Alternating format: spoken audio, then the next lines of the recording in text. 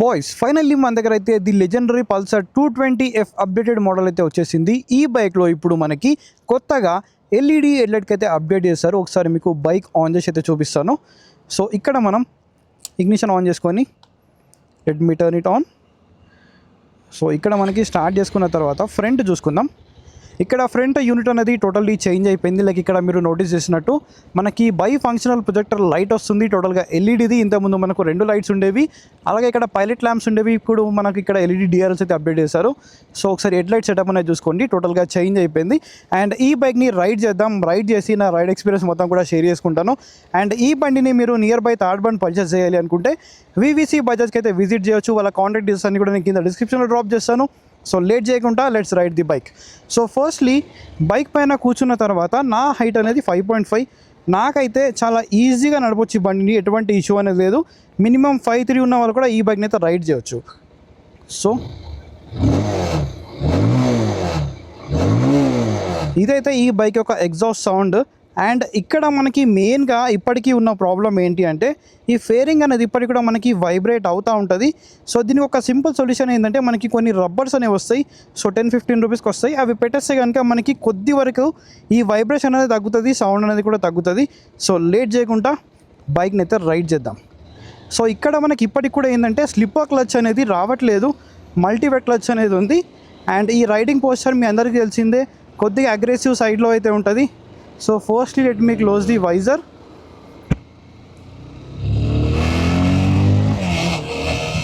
So ఇక్కడ ఈ panel అనేది చాలా క్రేజీగా సౌండ్ చేస్తుంది. ఇప్పటికీ ఇష్యూ అయితే ఉంది దీంట్లో, ఫేరింగ్లో ఇంకా సార్ట్ అవుట్ అయితే అవ్వలేదు. కొద్దిగా నేను 4000-5000 RPM వెళ్తే మీరు నోటీస్ చేయవచ్చు, సౌండ్ వినిపిస్తుంది అనుకుంటా మీకు. ఆ సౌండ్ అనేది వస్తుంది, కొద్దిగా మనకి ఇరిటేటింగ్ అయితే ఉంటుంది. బట్ ఈ బండిలో మనకు పవర్ గురించి మాట్లాడుకుంటే ఆల్రెడీ నేను డీటెయిల్గా మీకు స్పెసిఫికేషన్ రివ్యూ అనేది పెట్టాను. సో దాంట్లో మీరు ఎవ్రీథింగ్ కూడా తెలుసుకోవచ్చు. దీంట్లో నేను టెక్నికల్గా ఎక్కువైతే ఏం మాట్లాడను. సో నేను రైడ్ చేస్తున్నప్పుడు నాకు ఈ బండి ఎలా అనిపిస్తుందో దాని గురించి మాత్రమే మాట్లాడతాను. సో ఫస్ట్లీ మనం ఇక్కడ బ్రేకింగ్ టెస్ట్ అనేది చేద్దాం. ఫస్ట్ రియర్ బ్రేకింగ్ అనేది ఓకే ఉంది, పర్లేదు అనిపిస్తుంది, అంత గ్రేట్ అయితే ఏం లేదు. అండ్ ఫ్రంట్ అది బాగానే ఉంది, బట్ ఫ్రంట్ అది కూడా అంత ఇంప్రెసివ్ బ్రేకింగ్ అయితే ఏమి ఉండదు. బట్ మనం కంబైన్డ్గా యూజ్ చేస్తే కనుక బ్రేకింగ్ అనేది బాగుంటుంది. ఒక్కసారి మనం ఇక్కడ కంబైన్డ్గా అయితే యూజ్ చేద్దాం. సో కంబైన్డ్గా ఫ్రంట్ అండ్ బ్యాక్ యూజ్ చేస్తే కనుక బ్రేకింగ్ బైట్ అనేది బాగుంది. అండ్ సస్పెన్షన్ అనేది ఎలా ఉందంటే ఫ్రంట్ది మనకి చాలా సాఫ్ట్వేర్ సైడ్లో ఉంది, బట్ రియర్ది ఏంటంటే మనకి కొద్దిగా స్టిఫ్ అనిపిస్తుంది.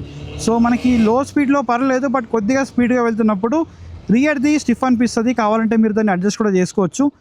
అండ్ ఇంకోటి ఏంటంటే నేను ఇంకోటి మర్చిపోయాను, దీంట్లో ఇప్పటికి కూడా మనకి అసిస్టెంట్ స్లిప్పర్ క్లచ్ అయితే రావట్లేదు. క్లచ్ ఫీడ్బ్యాక్ అనేది పర్లేదు, బాగానే ఉంది. గేర్ షిఫ్టింగ్ కూడా స్మూత్గానే పడుతుంది. బట్ స్లిప్పర్ క్లచ్ ఇచ్చుంటే ఒక బెనిఫిట్ అనేది ఉండేది, బట్ స్లిప్పర్ క్లచ్ అనేది దీంట్లో ఇవ్వట్లేదు. అండ్ ప్రతి బజాజ్ మోటార్ సైకిల్ లాగానే దీంట్లో కూడా సేమ్ మీటర్ కన్సోల్ అనేది వస్తుంది. బట్ ఇది యూజ్లెస్ అన్నమాట.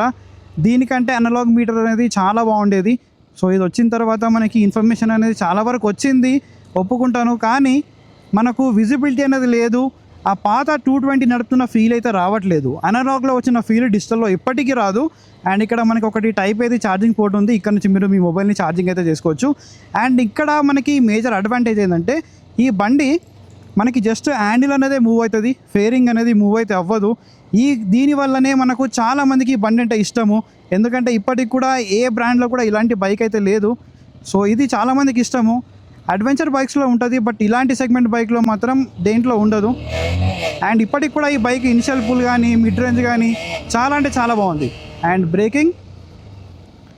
బ్రేకింగ్ అనేది ఇంకొద్దిగా బెటర్గా చేస్తుంటే బాగుంది అనిపించింది. సో సస్పెన్షన్ కూడా హార్డర్ సైడ్లోనే ఉంది, మరీ అంత స్మూత్ అయితే ఏం లేదు. బట్ ఇప్పటికి కూడా దీంట్లో లో ఎండ్ కానీ మిడ్ రేంజ్ కానీ చాలా బాగుంటుంది. అండ్ టాప్ ఎండ్ అనేది మీరు అంతా ఎక్స్పెక్ట్ చేయకండి. లైక్ ఇదే మనకి బజాజ్ నుంచి NS200 అనే బైక్ ఉంది కదా, ఆ బైక్ టాప్ ఎండ్లో ఇంకా చాలా బెటర్గా పర్ఫామ్ చేస్తుంది. ఎందుకంటే అది 4 వాల్వ్ ఇంజన్, ఆయిల్ కూలింగ్ సిస్టమ్తో వస్తుంది. దాంట్లో పెరిమీటర్ ఫ్రేమ్ అవన్నీ ఉన్నాయి కాబట్టి ఆ బైక్ టాప్ స్పీడ్లో చాలా స్టేబుల్గా ఉంటుంది అండ్ చాలా క్విక్గా వెళ్ళిపోతుంది. ఈ బండి కూడా స్టేబుల్గానే ఉంది, బట్ టాప్ స్పీడ్లో ఏంటంటే మరీ అంత స్టేబుల్గా అయితే ఉండదు. సో స్ట్రేట్ రోడ్లో అయితే బాగానే ఉంటుంది, బట్ టాప్ స్పీడ్లో మనం లైక్ ఇట్లా జిగ్జాగ్ నడుపుతున్నాము అంటే అప్పుడు మాత్రం అంత స్టేబుల్గా అయితే బైక్ ఉండదు. బట్ కార్నరింగ్స్ కూడా ఈ బైక్ పైన మనం చేసుకోవచ్చు. చాలా మంచి కార్నర్స్ వేసుకోవచ్చు. టైర్స్ కూడా బాగానే ఉన్నాయి, మరీ తీసి పడేసినట్టయితే ఏం లేదు. బ్రేకింగ్ అనేది ఇంకొద్దిగా ఇంప్రూవ్మెంట్ అయితే బాగుండని చెప్పి నా ఒపీనియన్. అండ్ అలాగే మైలేజ్ గురించి మాట్లాడితే ఈ బండి మనకి సిటీలో లైక్ 30 kmpl నుంచి 35 kmpl వరకు మైలేజ్ అనేది వస్తుంది. ఒక 220cc బైక్ అయినప్పటికీ కూడా మనకి దీంట్లో మైలేజ్ మాత్రం చాలా బాగా వస్తుంది. లైక్ మీరు హైవే పైన నడుపుతున్నారు అంటే అప్పుడు మనకి 40 kmpl వరకు వచ్చే ఛాన్సెస్ కూడా ఉన్నాయి. దీనికి మెయిన్ రీజన్ ఏంటి అంటే ఇది బేసిక్గా 2 వాల్వ్ ఇంజన్ అన్నమాట, 4 వాల్వ్ ఇంజన్ అయితే కాదు. సో ఇది మనకి అడ్వాంటేజ్.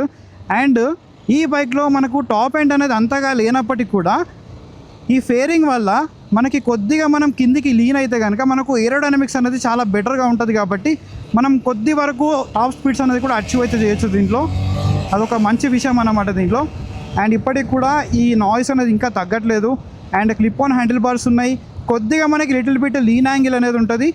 సో మనకు మరీ అగ్రెసివ్ ఉండదు, మరీ కంఫర్టబుల్గా ఉండదు. సో మనకు రెండుటి కాంబినేషన్లో మీడియం సెట్లో అయితే ఉంటుంది అన్నమాట. ఇక్కడ నుండి మనం టర్నింగ్ రేడియస్ అనేది చెక్ చేద్దాం. సో టర్నింగ్ రేడియస్ అనేది బాగానే ఉంది. దగ్గర నుంచి కూడా మీరు టర్న్ చేయొచ్చు. నేను ఒకసారి టెస్ట్ చేస్తాను దూరం నుంచి చూద్దామని చెప్పి.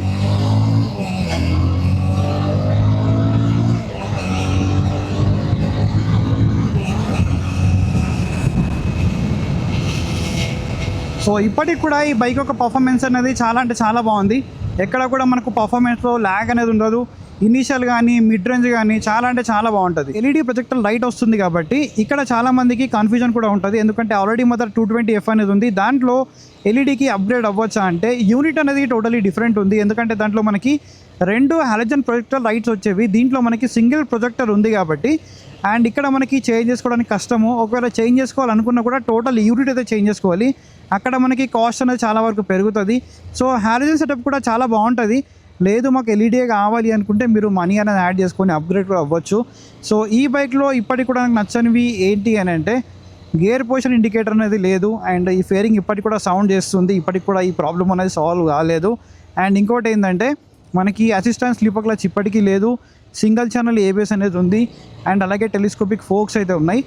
కానీ ఈ బైక్ ఇంకొకటి ఏంటంటే మనకు ఈ స్పోర్టీ నేచర్తో పాటు ఈ సెమీఫైడ్ డిజైన్తో పాటు మనకి ఫ్యామిలీకి కూడా చాలా కంఫర్టబుల్గా అయితే యూజ్ చేసుకోవచ్చు.